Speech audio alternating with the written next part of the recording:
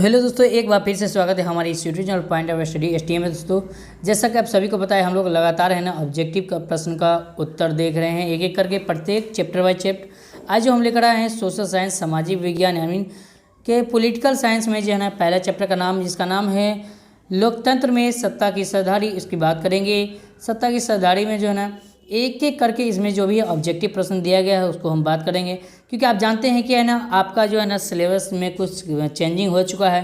तो आपको जो है ना ऑब्जेक्टिव को है ना आपको क्लियर कर लेना है, क्योंकि है ना आपको है ना 100 में 60% ही ऑब्जेक्टिव पूछे जाएंगे, आपको याद रखना है। तो जी हाँ दोस्तों, आप है ना अच्छे से कमांड करके ऑब्जेक्टिव की तैयारी कर लीजिए और आपका रिजल्ट बेहतर आने वाला है। जी हाँ दोस्तों, तो सबसे पहले हम क्वेश्चन नंबर 1 की तरफ बढ़ते हैं। तो कुछ इस प्रकार का क्वेश्चन कहता है, एक एक करके पहले क्वेश्चन को देख लेते हैं। जी हाँ दोस्तों, सबसे पहले आपको क्या करना है, सबसे पहले इस वीडियो को लाइक कर देना है और चैनल पर पहली बार आए हैं तो प्लीज़ चैनल को सब्सक्राइब कर लीजिए, जिसके अगले वीडियो में आपको है ना जिसके लिए आपको हर एक वीडियो आपको अगला वीडियो आने वाला नोटिफिकेशन मिल पाए हैं। ठीक है, तो चलिए हम सबसे पहले क्वेश्चन नंबर 1 की तरफ बढ़ते हैं। और क्या कहता है, यहाँ कहता है कि भारत में कहाँ के औरतों के लिए आरक्षण की व्यवस्था है। ठीक है, तो यहाँ पर क्या पूछ रहा है कि भारत में कहाँ के औरतों के लिए आरक्षण की व्यवस्था है। ठीक है, तो यहाँ पर लोकसभा, विधानसभा, मंत्रिमंडल और पंचायत राज संस्थाएं। जी हाँ दोस्तों, तो अब बात किया जाए कि औरतों की जो आरक्षण है सबसे ज़्यादा पंचायती राज संस्थाएं में होता है। तो याद रखिए ऑप्शन नंबर कहाँ जाएगा सर जी, डी में जाएगा करेक्ट आंसर। चलिए आगे तरफ बढ़ते हैं। तो अगला क्वेश्चन इस प्रकार दिया हुआ है, यहाँ देखिए क्वेश्चन नंबर 2 का क्या आता है। यहाँ देखिए कि भारत में वर्तमान में कितनी प्रतिशत महिलाओं को संसद में प्रतिनिधित्व प्राप्त है। ठीक है, तो संसद में प्रतिनिधित्व प्राप्त जो है कितना परसेंट है ये पूछ रहा है। तो यहाँ पर देखिए कितना दिया हुआ है, 20.2 दिया हुआ है, उसके बाद 10.86 दिया हुआ है, 19.06 दिया हुआ है, उसके बाद 11.7 दिया हुआ है। ठीक है, तो होने वाला क्या होगा, ऑप्शन नंबर क्या होगा, बी हो जाएगा करेक्ट आंसर। याद रखिएगा यहाँ पर ऑप्शन नंबर बी में दिया हुआ है वो या आंसर इसका हो जाएगा। चलिए आगे बढ़ते हैं। क्वेश्चन नंबर 3 इस प्रकार का कहता है, यहाँ पे देखिए बेल्जियम के किस शहर के स्कूल में फ्रेंच बोलने वाले पर रोक लगा दिया था। यहाँ बेल्जियम में जो एक शहर था समझिए, उसके स्कूल के बच्चों जो है स्कूल में जो ना स्कूल के बच्चों को बोलने में जो है फ्रेंच भाषा था, वो फ्रेंच एक भाषा है। ठीक है, उसको बोलने में क्या है रोक लगा दिया था। तो यहाँ पर बोलीविया दिया हुआ है, ब्रुसेल्स दिया हुआ है, मार्च टेम दिया हुआ है, मोन्स दिया हुआ है। तो जी हाँ दोस्तों, आपको याद रखना है इसका आंसर क्या होगा, तो मार्च टेम हो जाएगा, ऑप्शन नंबर सी में जाएगा करेक्ट आंसर, याद रखिएगा। चलिए आगे बढ़ते हैं, क्वेश्चन नंबर 4 के बढ़ते हैं। तो क्वेश्चन नंबर 4 कहता है डरबन में नस्लभेद विरोधी सम्मेलन हुआ। तो जहाँ कब हुआ था ये आपको बताना है। देखिए कितना ईस्वी में हुआ था, तो डरबन में जो नस्लभेद सम्मेलन जो हुआ था वो 2001 ईस्वी में हुआ था। याद रखिए मेरे प्यारे, वो 2001 ईस्वी में हुआ था। ठीक है, अगला प्रश्न कहता है कि अलग अलग भाषा बोलने वाले लोगों के आधार पर सामुदायिक सरकार का गठन कराने का अधिकार किस देश के नागरिकों को दिया गया है। यह तो अलग अलग बात किया जाए, सामुदायिक संगठन की बात किया जाए तो सब गठन को बात किया जाए, सब देश के अलग अलग गठन की बात किया जाए तो सबसे पहले है ना ये अलग अलग भाषा के लोगों के आधार पर जो है ना समुदाय को गठन बनाने के अधिकार के किस देश के नागरिकों को मिला है। तो यहाँ पर दिया आपको 4 ऑप्शन दिया हुआ है। तो जी हाँ, तो इसका आंसर देखेंगे तो सबसे पहले यहाँ पर बात किया जाए तो ये भाषा के आधार पर जो है ना बेल्जियम एक ऐसा देश है जिससे जो है ना भाषा के आधार पर है ना बंटवारा कर दिया गया था। तो ऑप्शन नंबर क्या हो जाएगा, सी हो जाएगा सही आंसर। चलिए आगे बढ़ते हैं। तो अगला प्रश्न कहता है इंडिका पुस्तक के लेखक कौन है। तो जी हाँ, तो इंडिका की पुस्तक के लेखक जो है वो कौन है, तो आपको बताना है। तो मेगास्थनीज है, याद रखिएगा क्या होगा, मेगास्थनीज होगा, ऑप्शन नंबर से ए में जाएगा सही आंसर। चलिए आगे बढ़ते हैं। तो अगला प्रश्न कहता है कि श्रीलंका में तमिल मुख्य रूप से रहते हैं। तमिल की बात हो रही है। देखिए यहाँ पर उत्तर पूर्वी प्रांतों से में उस पश्चिम दक्षिणी प्रांतों में, उसके पश्चिम उत्तर प्रांतों में, उसके दक्षिण पूर्वी प्रांतों में। तो जी हाँ, जो 7 का जो आंसर देखने की कोशिश करेंगे तो जी हाँ बिल्कुल सही जवाब ऑप्शन नंबर ए हो जाएगा करेक्ट आंसर। चलिए आगे बढ़ते हैं। तो अगला प्रश्न कहता है कि भारत में बहुसंख्या आबादी क्या है। देखिए बहुसंख्यक आबादी की बात किया जाए तो आबादी है सबसे ज़्यादा सिक्किम समुदाय की है, मुस्लिम समुदाय की है, हिंदू समुदाय की है, ईसाई समुदाय की है। तो भारत में सबसे ज़्यादा जनसंख्या आबादी की बात किया जाए तो 9 का बिल्कुल करेक्ट आंसर ईसाई समुदाय का होगा, ऑप्शन नंबर डी में जाएगा करेक्ट। नहीं, भारत में बहुसंख्यक है ना, सॉरी सी न होगा, हिंदुओं का नहीं है। भारत एक हिंदू राष्ट्र धर्म है, समझिए यहाँ पर हो जाएगा, सी हो जाएगा। चलिए आगे बढ़ते हैं। तो भारतीय संविधान के अनुसार भारतवर्ष को घोषित किया गया। भारतीय संविधान के अनुसार भारतवर्ष को घोषित किया गया था, कब घोषित किया गया था? और हिंदू राज्य में, धर्म सापेक्ष राज्य में, बहुभाषीय राज्य में, धर्म निरपेक्ष राज्य में। तो जी हाँ दोस्तों, 9 का जो सही आंसर है वो धर्म निरपेक्ष राज्य में बंटवारा करके भारत को है ना भारतवर्ष घोषित कर दिया गया था। चलिए आगे बढ़ते हैं। तो अगला प्रश्न कहता है कि काले काले दास्ताने और बंधी हुई मुट्ठियाँ प्रतीक थी। तो काले दस्ताने और बंधी हुई मुट्ठियाँ जो प्रतीक थी वो किसकी थी? आश्रय शक्ति की, नीले लोगों की शक्ति का, श्वेत शक्ति का, सभी शक्तियों का। तो जी हाँ दोस्तों, 10 का जो आंसर देखेंगे तो बिल्कुल करेक्ट होगा, वो ऑप्शन नंबर ए हो जाएगा करेक्ट आंसर। चलिए दोस्तों, अगर आप इसका PDF लेना चाहते हैं तो हमारे Telegram point of study STM में जुड़ जाइए और इस चैनल को सब्सक्राइब कर लीजिए, जिससे ना अगला पिछला जो नोटिफिकेशन आपके पास होता रहे और आपका जो है ना पढ़ाई बिल्कुल ईजी भाषा में हो जाए। चलिए अगला प्रश्न दिया हुआ है कि अमेरिका में श्वेत शक्ति का आंदोलन अग्रह रूप में कब उभरा? तो जी हाँ, तो उग्र रूप में कब उभरा? तो यहाँ आपको बताना है अमेरिका श्वेत शक्ति का आंदोलन, यह बात हो रहा है।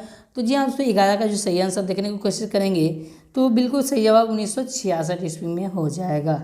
चलिए आगे बढ़ते हैं। तो क्वेश्चन नंबर आगे कहता है, क्वेश्चन नंबर 12, यहाँ देखिए कहता है कि बिहार की साक्षरता है 40%, 47%, 49%, 50%। तो बिहार के साक्षरता की बात किया जाए तो वो 47% के एवं में है, याद रखिएगा। ऑप्शन नंबर बी में जाएगा करेक्ट आंसर।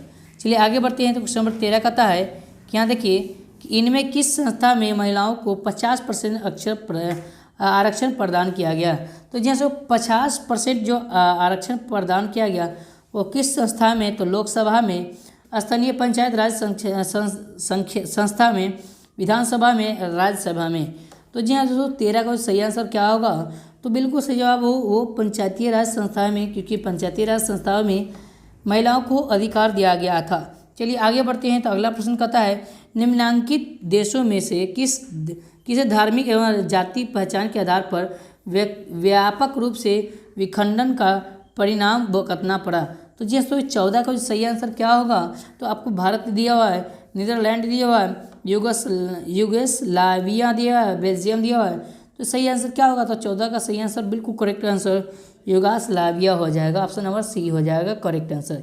चलिए आगे बढ़ते हैं। तो अगला प्रश्न कहता है कि भारत में सर्वप्रथम नगर निगम की संस्था की गई। जी हाँ, तो सर्वप्रथम नगर निगम की संस्था की गई, कब की गई थी? कोलकाता, दिल्ली और कहाँ किया गया था? कोलकाता, दिल्ली और मुंबई, चेन्नई। तो जी हाँ, तो इसका सही आंसर क्या होगा? तो बिल्कुल करेक्ट है, ऑप्शन नंबर डी हो जाएगा, चेन्नई में किया गया था। चलिए अगला प्रश्न के बढ़ते हैं। तो अगला प्रश्न किस प्रकार कहता है कि सत्ता की साझेदारी की एक अनूठी एवं सर्वोत्तम प्रणाली किस देश में विकसित की गई? जी हाँ, तो संस्था की सत्ता जो साझेदारी होता है उसमें अनूठी सर्वोत्तम प्रणाली जो है ना किस देश में की गई? तो नेपाल में, बेल्जियम में, श्रीलंका में, भारत में। तो जी हाँ, तो अगर बात किया जाए सत्ता की साझेदारी की बात किया जाए तो 16 का सही आंसर वो बेल्जियम में सत्ता की साझेदारी की गई। हालांकि अमेरिका में भी सत्ता की साझेदारी हुआ, श्रीलंका में, लेकिन श्रीलंका में उस तरह से नहीं हुआ जिससे है ना बेल्जियम में अपना देश में जो है ना सत्ता की साझेदारी करके काफ़ी आगे बढ़ गया। चलिए आगे बढ़ते हैं। तो अगला प्रश्न कहता है कि निम्नलिखित व्यक्तियों में कौन लोकतंत्र में रंगभेद का विरोध नहीं थे? तो जी हाँ, तो रंगभेद का विरोध कौन नहीं थे? तो यहाँ पर दिया हुआ king Martin Luther, Mahatma Gandhi, Olympic धावक टोमी, उसके बाद स्मिथ एवं जॉन कोर्स, जेड गुड। समझिए, तो यहाँ पर आप इसका आंसर देखेंगे कोशिश करेंगे तो वो ऑप्शन नंबर क्या होगा? वो जेड गुडी हो जाएगा, याद रखिएगा, जेड गुडी। ऑप्शन नंबर डी में जाएगा करेक्ट आंसर। चलिए आगे बढ़ते हैं। क्वेश्चन नंबर 18 कहता है कि भारतीय संविधान के बारे में इनमें से कौन सा कथन सत्य है? तो जी हाँ, तो इसका 4 ऑप्शन देख लीजिए, एक एक करके पढ़ लीजिए और इसका आंसर के मैं बता दूं तो इसका आंसर बिल्कुल करेक्ट होगा, वो ऑप्शन नंबर सी हो जाएगा, याद रखिएगा। ऑप्शन नंबर सी, सभी लोगों को कोई भी धर्म मानने की आज़ादी दी गई है भारत में। ठीक है, अब ऐसा नहीं है कोई है ना कोई भी धर्म अपना सकता है, बिल्कुल अपना सकता है, आपको है ना बिल्कुल आज़ादी दिया गया है। ये नहीं करके रखा कि आपको है ना ये धर्म से, आप जिस धर्म से बिलोंग कर रहे हैं तो उसी धर्म में रहना, ऐसा कुछ नहीं किया गया है। ठीक है, चलिए आगे बढ़ते हैं। तो अगला क्वेश्चन इस प्रकार कहता है कि सत्ता में साझेदारी के प्रमुख कारण इनमें से कौन नहीं है। ठीक है, तो सत्ता में साझेदारी के प्रमुख कारण इनमें से कौन नहीं है, तो ऑप्शन नंबर सी जाएगा, अधिक से अधिक लोगों तथा समूहों के सत्ता को जोड़ने के लिए। ठीक है, याद रखिएगा। चलिए आगे बढ़ते हैं। क्वेश्चन नंबर 20 कहता है कि सत्ता की साझेदारी की अधिकाधिक अवस्था कहाँ पड़ी। तो जी हाँ, तो अधिकाधिक अवस्था कहाँ पड़ी है, वह आवश्यकता पड़ी है। वो आपको 4 ऑप्शन दिया हुआ है। यहाँ देखिए 4 ऑप्शन यहाँ आपको दिख रहा होगा, ये 4 ऑप्शन है हम आपके पास। ठीक है, तो इसका आंसर क्या होगा, तो जी हाँ, तो 20 का सही आंसर ऑप्शन नंबर कहाँ जाएगा, तो डी में जाएगा। याद रखिएगा, जाति भाषा क्षेत्र संप्रदाय के आधार पर बटे हुए समाज। ठीक है, चलिए आगे बढ़ते हैं। तो क्वेश्चन नंबर 21 कहता है, इस प्रकार दिया हुआ है कि इनमें सत्ता की साझेदारी का एक सही लाभ क्या है। तो देखिए सही लाभ की बात क्या है, इनमें सत्ता की साझेदारी क्या, तो कौन होगा, तो निर्णय लेने की प्रक्रिया में अनावश्यक विलंबन। ठीक है, याद रखिएगा, निर्णय लेने के प्रक्रिया में अनावश्यक विलंबन। ठीक है, चलिए आगे बढ़ते हैं। तो अगला प्रश्न कहता है कि अमेरिका में चलाए गए नागरिक अधिकार का आंदोलन का प्रमुख उद्देश्य क्या था। तो देखिए अमेरिका में जो चलाया गया नागरिक प्रमुख आंदोलन का उद्देश्य जो था वो क्या था, तो जी हाँ, तो वो नस्ल आधारित भेदभाव का मिटाना था। ठीक है, याद रखिएगा। अगला प्रश्न कहता है कि भारत की वित्तीय राजधानी क्या कहलाती है। तो भारत की वित्तीय राजधानी जो है ना वो दिल्ली कहलाती है। कौन कहलाती है, याद रखिएगा, क्या कहलाएगा, वित्तीय राजधानी की बात हो रही है, तो वो है ना मुंबई कहलाएगी। याद रखिएगा, एम जो है ना, अब देख लीजिए यहाँ पर मुंबई कहलाएगा, ऑप्शन नंबर सी में जाएगा, दिल्ली नहीं होगा। ठीक है, दिल्ली तो है ना भारत की राजधानी, लेकिन यहाँ पर वित्तीय राजधानी की बात किया जाए। ठीक है, यहाँ पर अगला दिया हुआ क्वेश्चन यहाँ देखिए कि श्रीलंका में बहुसंख्यक समुदाय की भाषा है। श्रीलंका में जो है ना बहुसंख्यक समुदाय की भाषा किस भाषा में है, समझिए हिंदी है, तमिल है, सिहली है, फ्रेंच है। तो जी हाँ, तो 24 का जब बात किया जाए तो बिल्कुल सही जवाब क्या होगा, वो सिहली हो जाएगा। याद रखिएगा, क्या हो जाएगा, ऑप्शन नंबर सी हो जाएगा करेक्ट आंसर। अगला प्रश्न है यहाँ पर क्वेश्चन नंबर 25 कहता है 15वीं लोकसभा के महिलाओं की समुदाय संख्या कुल संख्या कितनी है। तो 15वीं लोकसभा में महिलाओं की सदस्यों की कुल संख्या है वो कितना है, याद रखिएगा, तो ऑप्शन नंबर वो 59% है। याद रखिएगा, ठीक है। तो इस तरह से हम लोग जो है ना पूरा ऑब्जेक्टिव देख लिए एक एक करके, और एक एक करके जो है ना आप जो है ना अगर नोट करना चाहते हैं तो नोट कर लीजिए। और आपके पास मोबाइल, बड़ा सा मोबाइल है, तो वहाँ से आप टेलीग्राम में जो ये पॉइंट ऑफ स्टडी STM है, ये हमारा टेलीग्राम के नाम है, और सर्च करने के बाद ज्वाइन कर लीजिएगा, वहाँ से आप PDF प्राप्त कर सकते हैं। तो दोस्तों फिर मिलते हैं नेक्स्ट वीडियो में, तब तक के लिए आप सभी का एक बार धन्यवाद।